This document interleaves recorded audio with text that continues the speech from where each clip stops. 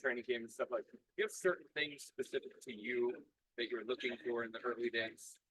Oh, definitely. I think we've, as a staff, we've really tried to be intentional on how we start this and understanding where we need to get better. What are those things?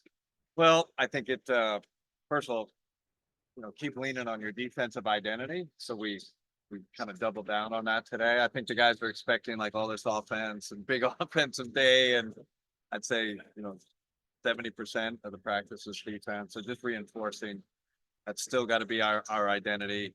And then offensively, really work on the transition stuff, transition offense, getting our pace up. And then ball movement, player movement. I keep told the guys the league has changed, right? It used to be just pace and space. Now it's pace and now a lot of movement, a lot of cutting. Not standing in one place. And then offensive rebounding will be another area where we're going to try to improve. So definitely some strategies involved with that. I've worked on that a little bit. It's interesting that you bring up defense because I think a lot of people around the NBA believe that you have an offensive reputation. Yeah. So is it specific to this Caps team because of the personnel that you want to continue to enhance the defense, or is that just who you are? So I think, I think when you look at a team, the first thing you do is, well, what's their number one strength, right? And I think to go away from that is a mistake. All of a sudden come in here and say, "Hey, I'm going to show you this big fancy off." So double down on your strength, and then build. We got to build the offense. Bit by bit. I don't. Told the guy I don't want to lose that identity. We got to double down on that. Can it be a challenge to keep that defensive identity, double down on that, as you said, and while they're trying to pace play faster and those? Yeah, that's a great question. It really is a great question. Can you do both? Does pushing the pace, does it make harder on defense? You could argue a little bit. Yeah, sure. If you're gonna play at a faster pace, you're gonna have more possessions, tougher to get back, all that stuff. We're gonna have to find that balance, right? Like, if it become too offensive oriented and it's affecting our defense, we're just gonna have to adjust as we see it evolve. But that was part of today, like, right? I don't want all of a sudden to switch, like we're gonna turn into this offensive juggernaut. That's not the case. How much in your experience is turning up the temperature, I guess, on offensive rebound and effective defense? You can do both. I think if you're strategic about how you go to the offensive boards, you can definitely do both. I think we have a solid strategy in place. And again, I think part of this is personnel based, right? Like we got, I know when the Cavs went on that great run last year, JA was like a monster on the offensive boards, right? Evan could be more active on the offensive boards.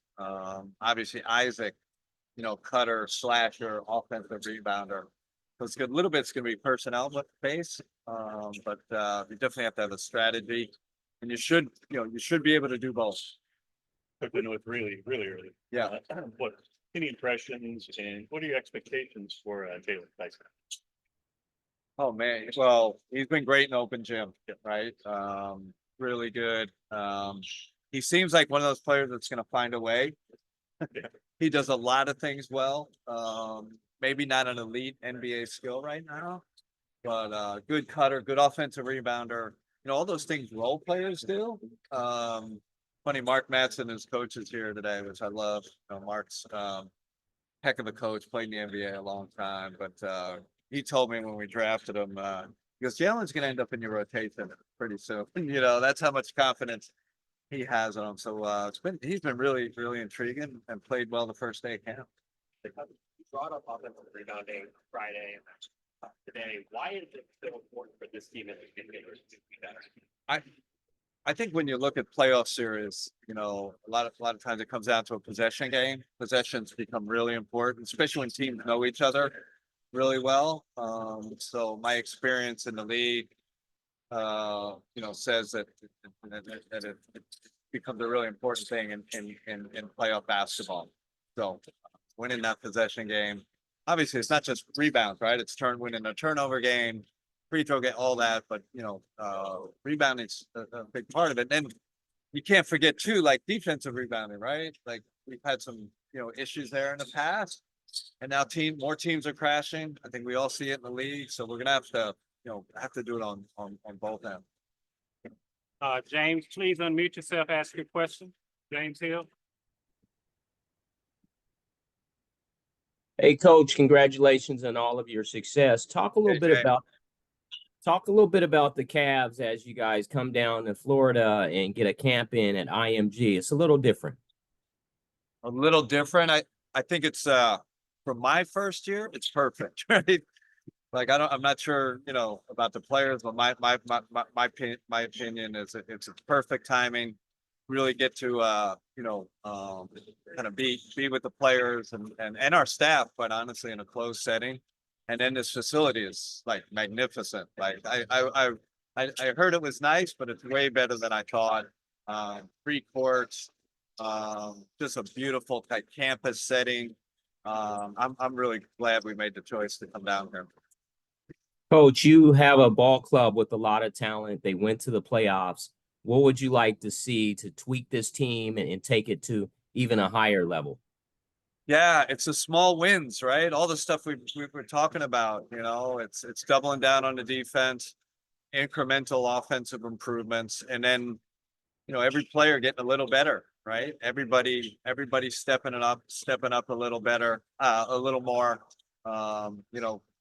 Pre-practice today, we had our, I had our individual workouts, which normally I don't do in training camp, but I felt like we wanted to set the tone today, and so each guy got their individual on court, and we're going to keep that up through camp. So everybody getting a little bit better. Those individual workouts, like they go a long way when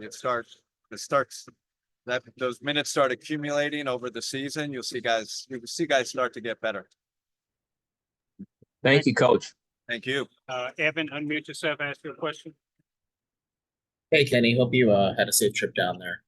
But my question for you is, you had mentioned before just IMG's facilities and everything else, just how great it is, but also just that campus aspect too. And since you are and your staff are all new to some of these guys, like, is this a good opportunity for you guys just to get closer before the season starts versus just like a regular training camp?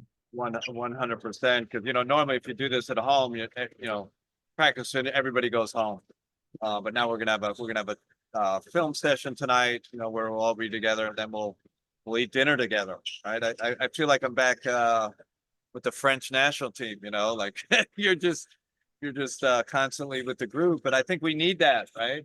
And especially like you said, maybe more for the staff than the players. And I know a big focus for a lot of folks is Evan Mobley shooting more threes, but Jarrett Allen did joke yesterday that he was going to talk to you about shooting some 3-pointers. Are you open to the concept of JA pulling up from the perimeter? He's got to prove it. He's got to prove it. Got to prove it to me. And yeah, we do deep dives on each guy's shooting. Like what, we have we have a lot of in-game data. Obviously, we get the NOAA data. We have all these metrics. We have free throw shooting, which we know good free throw shooting equals confidence in the 3-point shooting realm. So we'll keep looking at it. But again, JA's got to prove. He's got to prove it to me. Thank you. All right. Spencer. Hey, Coach, I know a lot of you guys don't like to talk about yourselves in this respect, but this is your first training camp in a little while as a head coach. So I was just curious what it's like for you personally, just coming back into this as, the guy at the top. Yeah, that's a great, I felt rusty today. You're just not in I haven't had reps in a long time. So it was good to get back, get back in this head seat. And, thank God I got a great staff around me. I mean, we got so many people to support you. So even a little slippage, you're being, as I say, things are going to fall through the cracks. Can your assistants, can your support staff pick you up? But that definitely felt a little rusty. And then just for the guys, you spoke so highly of the depth of this team. I'm just curious, what is it? What are the factors that you're looking for those guys towards, kind of the end of the rotation to crack it? Are you talking about our main guys, like the Evan? Who are you talking? The guys more towards, 9th, 10th, 11th man? Like, what is it going to take for them to get those spots? Yeah, no, I think, I